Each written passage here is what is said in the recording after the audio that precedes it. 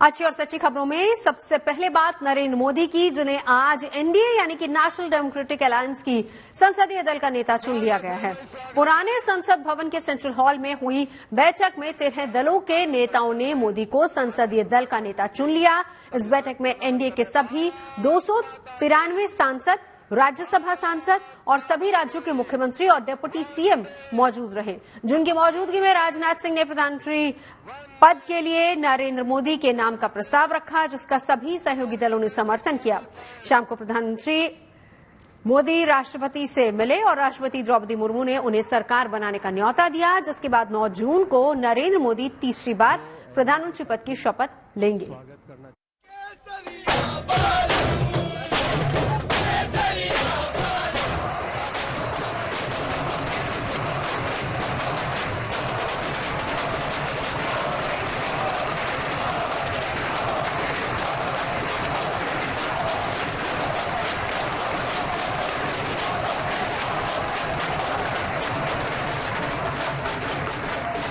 नरेंद्र मोदी को तीसरी बार एनडीए की संसदीय दल का नेता चुना गया तो देश में जगह जगह जश्न शुरू हो गया। संसद भवन के बाहर जहां ढोल नगाड़ों के साथ जश्न मना, तो वहीं बीजेपी के पार्टी दफ्तरों पर भी कमोवेश ऐसा ही माहौल दिखा। कहीं आतिशबाजी हुई, कहीं मिठाई बांटकर खुशी मनाई गई। जश्न की तस्वीरें सीधा पार्लियामेंट के ठीक सामने से, जहां आप देख सकते हैं कि किस तरह से पटाखे फूट रहे हैं। लोगों के हाथ में यहाँ भाजपा के तिरंगे, साथ ही ढोल नगाड़े बजाए जा रहे हैं। तमाम बैंड यहाँ मौजूद हैं, पटाखे भी मौजूद है, पटाखे जलाए गए हैं और प्रधानमंत्री नरेंद्र मोदी के नाम को यहाँ लिया जा रहा है बार बार और जय श्री राम कहा जा रहा है। और ये जश्न की तस्वीरें सिर्फ पार्लियामेंट रोड तक नहीं रहने वाली, बल्कि दिल्ली के तमाम और जो इलाके हैं वहाँ भाजपा कार्यकर्ता और दिल्ली बीजेपी अध्यक्ष वीरेंद्र सचदेवा इस तरह का सेलिब्रेशन कर रहे हैं। नरेंद्र मोदी को तीसरी बार एनडीए का नेता चुन लिया गया। इसके बाद देश भर में बीजेपी के कार्यकर्ता जश्न मना रहे हैं। हम लखनऊ में हैं, बीजेपी मुख्यालय में, यहाँ ढोल नगाड़ों के साथ कार्यकर्ता जश्न मना रहे हैं। आतिशबाजी हो रही है, मिठाइयाँ बांटी जा रही हैं। सबसे बड़ी बात यह है कि अभी अगर देखा जाए तो नतीजे के दिन उत्तर प्रदेश में जश्न जैसी कोई स्थिति नहीं थी, क्योंकि यूपी का जो प्रदर्शन रहा है वो उम्मीद के मुताबिक नहीं रहा है। लेकिन अब हम देख रहे हैं कि जश्न मनाया जा रहा है। ये जश्न और उत्साह इसलिए भी लाजमी है क्योंकि नरेंद्र मोदी तीसरी बार बतौर प्रधानमंत्री देश की बागडोर संभालने जा रहे हैं। आज इसी सिलसिले में पुराने संसद भवन के सेंट्रल हॉल में नेशनल डेमोक्रेटिक अलायंस के सभी नेता एकजुट हुए और सर्वसम्मति से नरेंद्र मोदी को एनडीए की संसदीय दल का नेता चुना।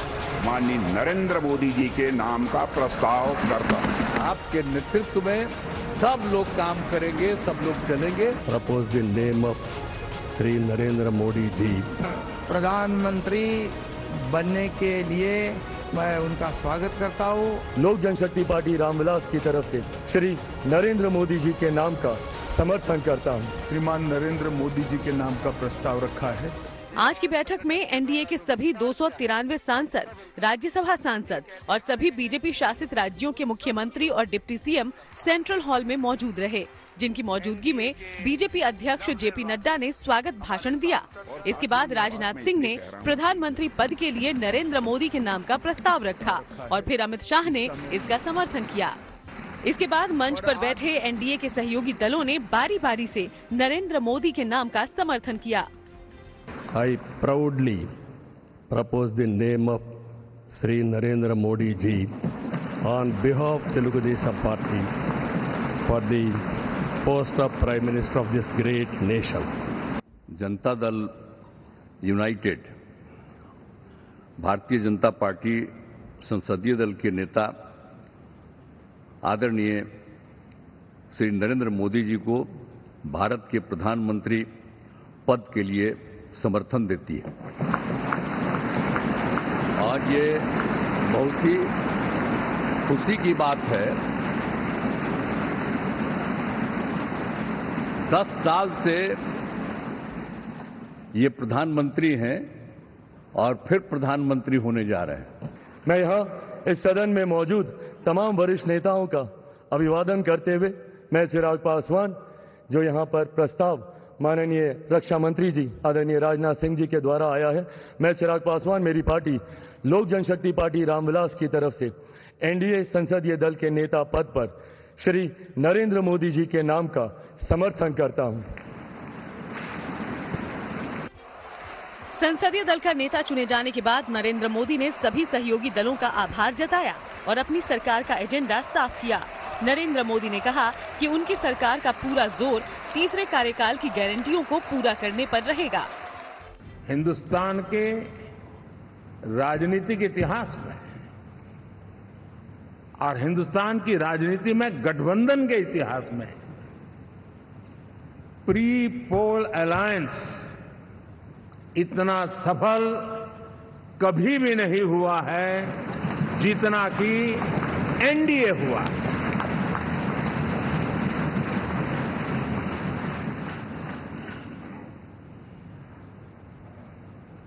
और ये गठबंधन का विजय, हमने बहुमत हासिल किया है और मैं कई बार कह चुका हूं, शब्द अलग होंगे लेकिन मेरे भाव उसमें एक सातत्य है।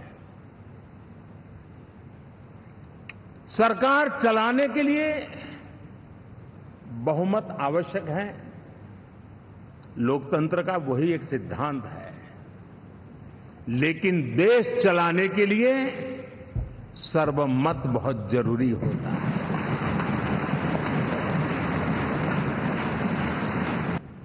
साथियों, विकसित भारत का संकल्प लेकर के हम चले हैं। 3 नंबर की इकोनॉमी पहुंचना मैं जानता हूं, निश्चित रोड मैप के साथ उसको हम पार करने वाले हैं। और मैंने पहले भी कहा था कि मेरा पल पल देश के नाम है, मेरा पल पल आप लोगों के नाम है। मैं 24/7 अवेलेबल हूं।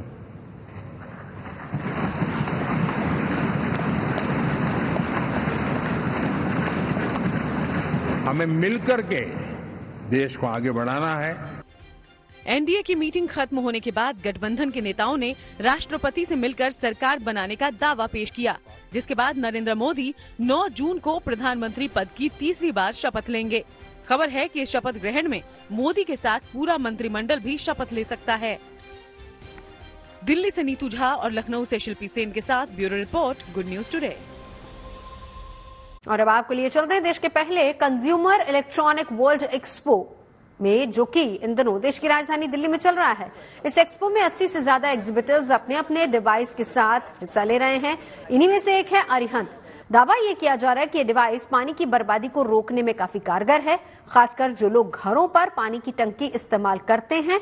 ये डिवाइस दूसरों से कितना अलग है और कितना खास है, आपको दिखाते हैं इस रिपोर्ट में।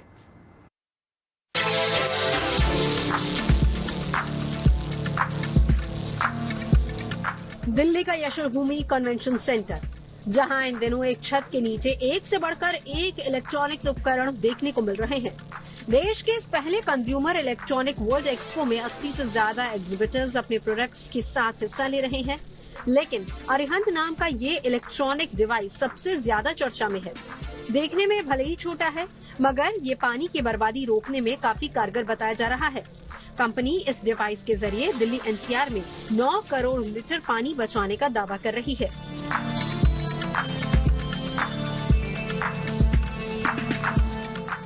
हमने 9 करोड़ लीटर्स हमने पानी सेव किया था सिर्फ इस प्रोडक्ट से। 9 करोड़ लीटर? 9 करोड़ लीटर पूरे एक साल के अंदर। 1 साल का रिकॉर्ड है ये। कितनी जगह का डेटा है? सिर्फ दिल्ली एनसीआर का या फिर एनसीआर का डेटा है सिर्फ ये? दिल्ली एनसीआर का? दिल्ली एनसीआर में 9 करोड़ लीटर। सो बेसिकली हम अपने आप को ये भी बोलते हैं कि हम वाटर मैनेजमेंट में हेल्प कर रहे हैं, कि अगर ये 9 करोड़ लीटर जो हम हर साल वेस्ट कर रहे थे वो आप दूसरे एरियाज में सप्लाई कर सकते हो पानी को।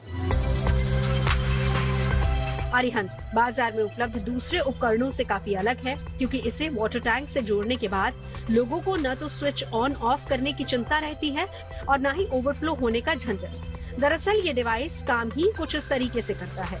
जब पानी की टंकी 95% तक भर जाती है तो ये पानी के पंप को अपने आप ही बंद कर देता है, और जब पानी की टंकी में पानी एक मिनिमम लेवल से नीचे पहुंच जाता है तो ये पंप को ऑन कर देता है। इसका यही फॉर्मूला पानी की बर्बादी रोकने में कारगर साबित हो रहा है। ऐसे भी कई सिस्टम ऑलरेडी मार्केट में है कि अगर आपका टैंक ओवरफ्लो कर रहा है तो वो सायरन बजना शुरू हो जाता है, ये उससे कैसे अलग है? So basically siren is also an alert कि आपको उसने बता दिया कि टैंक भर गया है, बट अगर उस टाइम पे घर पे कोई अवेलेबल नहीं है, अगर कोई पर्सन सो रहा है तो उसको नहीं होता, टैंक ओवरफ्लो करता रहता है, या 10 मिनट बाद बंद किया तो टैंक ओवरफ्लो हुआ।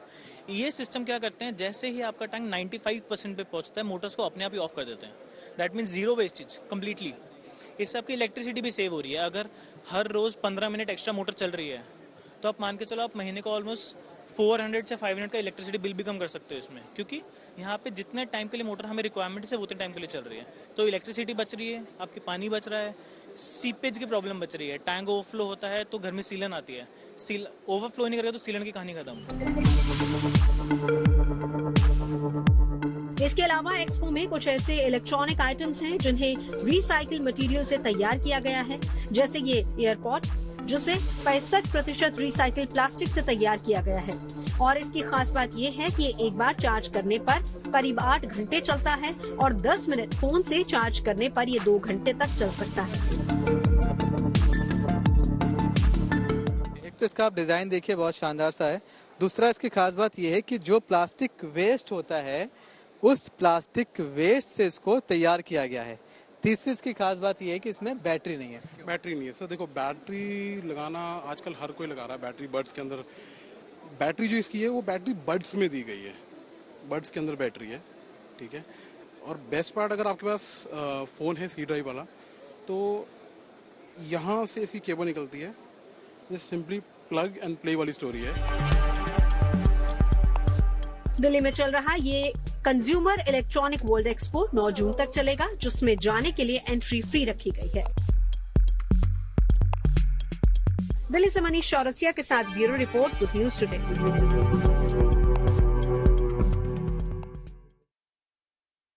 और अब बात लेह में सिंधु नदी के तट पर सांस्कृतिक उत्सव की। लद्दाख में इन दिनों सिंधु दर्शन उत्सव की धूम मची हुई है, जो सिंधी सभ्यता और संस्कृति का अद्भुत संगम है। सिंधु नदी के दीदार के लिए बड़ी संख्या में पर्यटक पहुंच रहे हैं। कई सांस्कृतिक कार्यक्रमों का आयोजन भी हो रहा है। हर साल जून के महीने में यह उत्सव मनाया जाता है, जिसमें सिंधी समुदाय के लोग भी बड़ी संख्या में हिस्सा लेते हैं।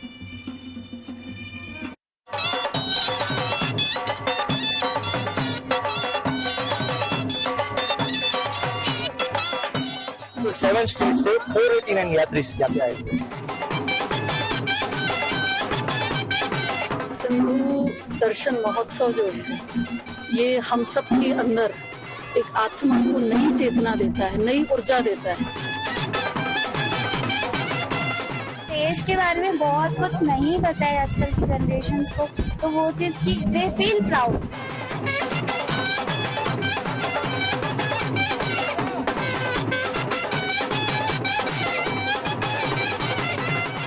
महाराष्ट्र, गुजरात, राजस्थान, उत्तर प्रदेश, मध्य प्रदेश, छत्तीसगढ़, कर्नाटक तक से यात्री यहाँ इस यात्रा में आए हैं।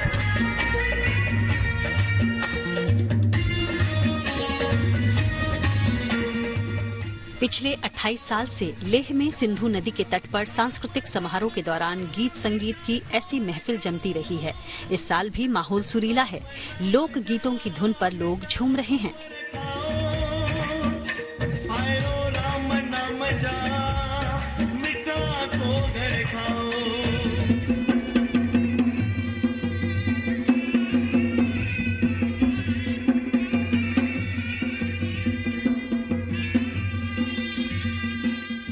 लद्दाख की जीवन रेखा कही जाने वाली सिंधु नदी के किनारे सिंधु दर्शन उत्सव के भव्य आयोजन का मकसद सिंधी समुदाय की सभ्यता और संस्कृति से दुनिया का परिचय करवाना है। और इसके लिए कला से बेहतर जरिया क्या होगा।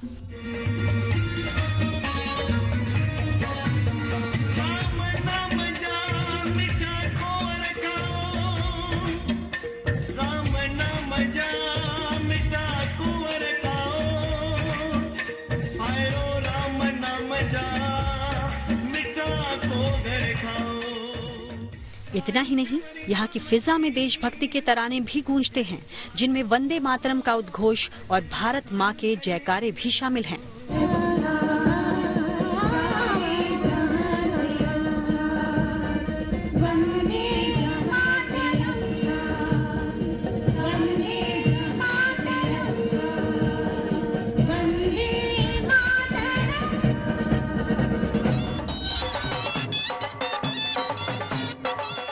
करीब 3 दशक पहले चंद लद्दाखी लोगों के सहयोग से शुरू हुए सिंधु दर्शन उत्सव का आनंद लेने वालों की संख्या अब तक काफी बढ़ गई है। इस दौरान कोई लद्दाख के लिए मां समान सिंधु नदी की पूजा करता है तो कोई अर्घ्य देकर लद्दाख की जीवन रेखा के लिए अपना सम्मान प्रकट करता है।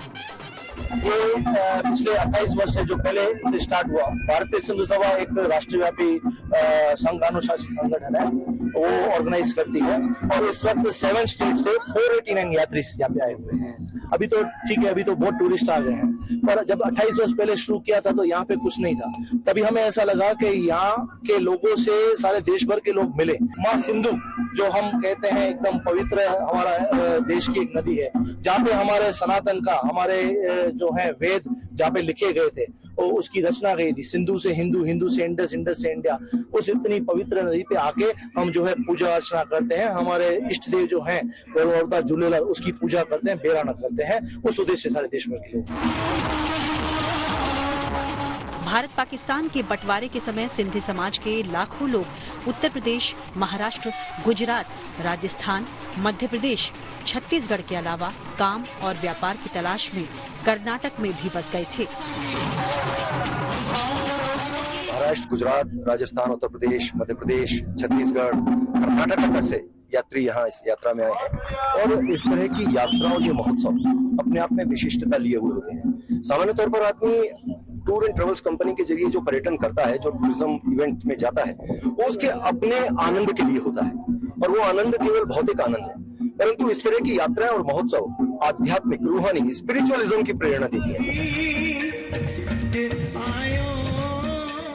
इसी वजह से देश के दूसरे हिस्सों में सिंधु दर्शन उत्सव की लोकप्रियता बढ़ी है, जिसकी वजह से अब गैर सिंधी समुदाय के लोग भी महोत्सव का गवाह बनने के लिए लेह का रुख करते हैं। वो जो है श्रीनगर से शुरू किए और हम लोग जो है मनाली में जाकर के उतरेंगे।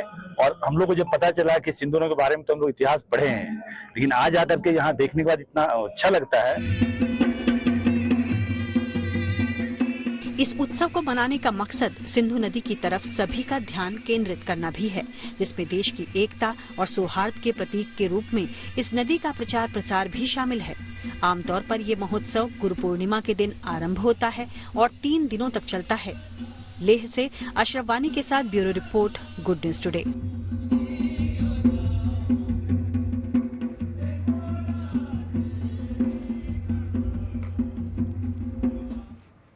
और जब बात छिड़ती है सैर सपाटे की, तो घुमक्कड़ी का शौक रखने वालों के लिए मेघालय एक फेवरेट डेस्टिनेशन रहा है। खासतौर से उत्तर पूर्वी राज्य इन दिनों सैलानियों से गुलजार है। जिस तरह मैदानी इलाकों में भीषण गर्मी पड़ रही है, ऐसे में उससे बचाव के लिए लोग पहाड़ी राज्यों का रुख कर रहे हैं। तो ऐसे में मेघालय की हरी भरी वादियां भी सैलानियों को अपने यहां आने के लिए आकर्षित कर रही हैं।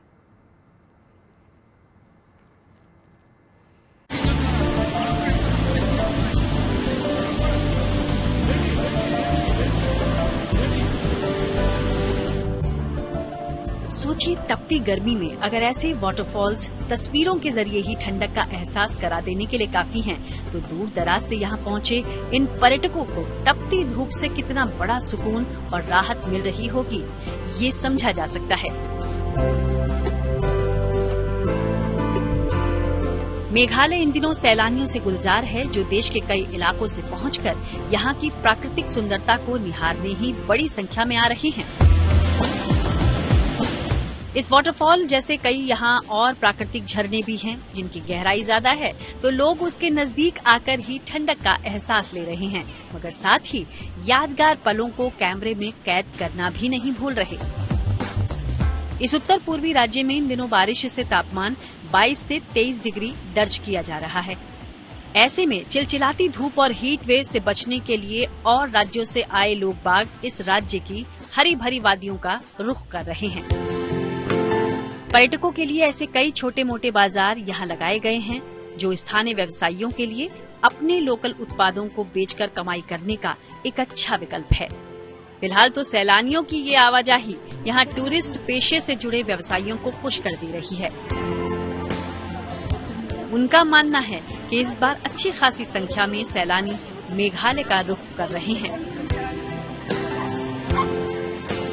Bureau report, good news today.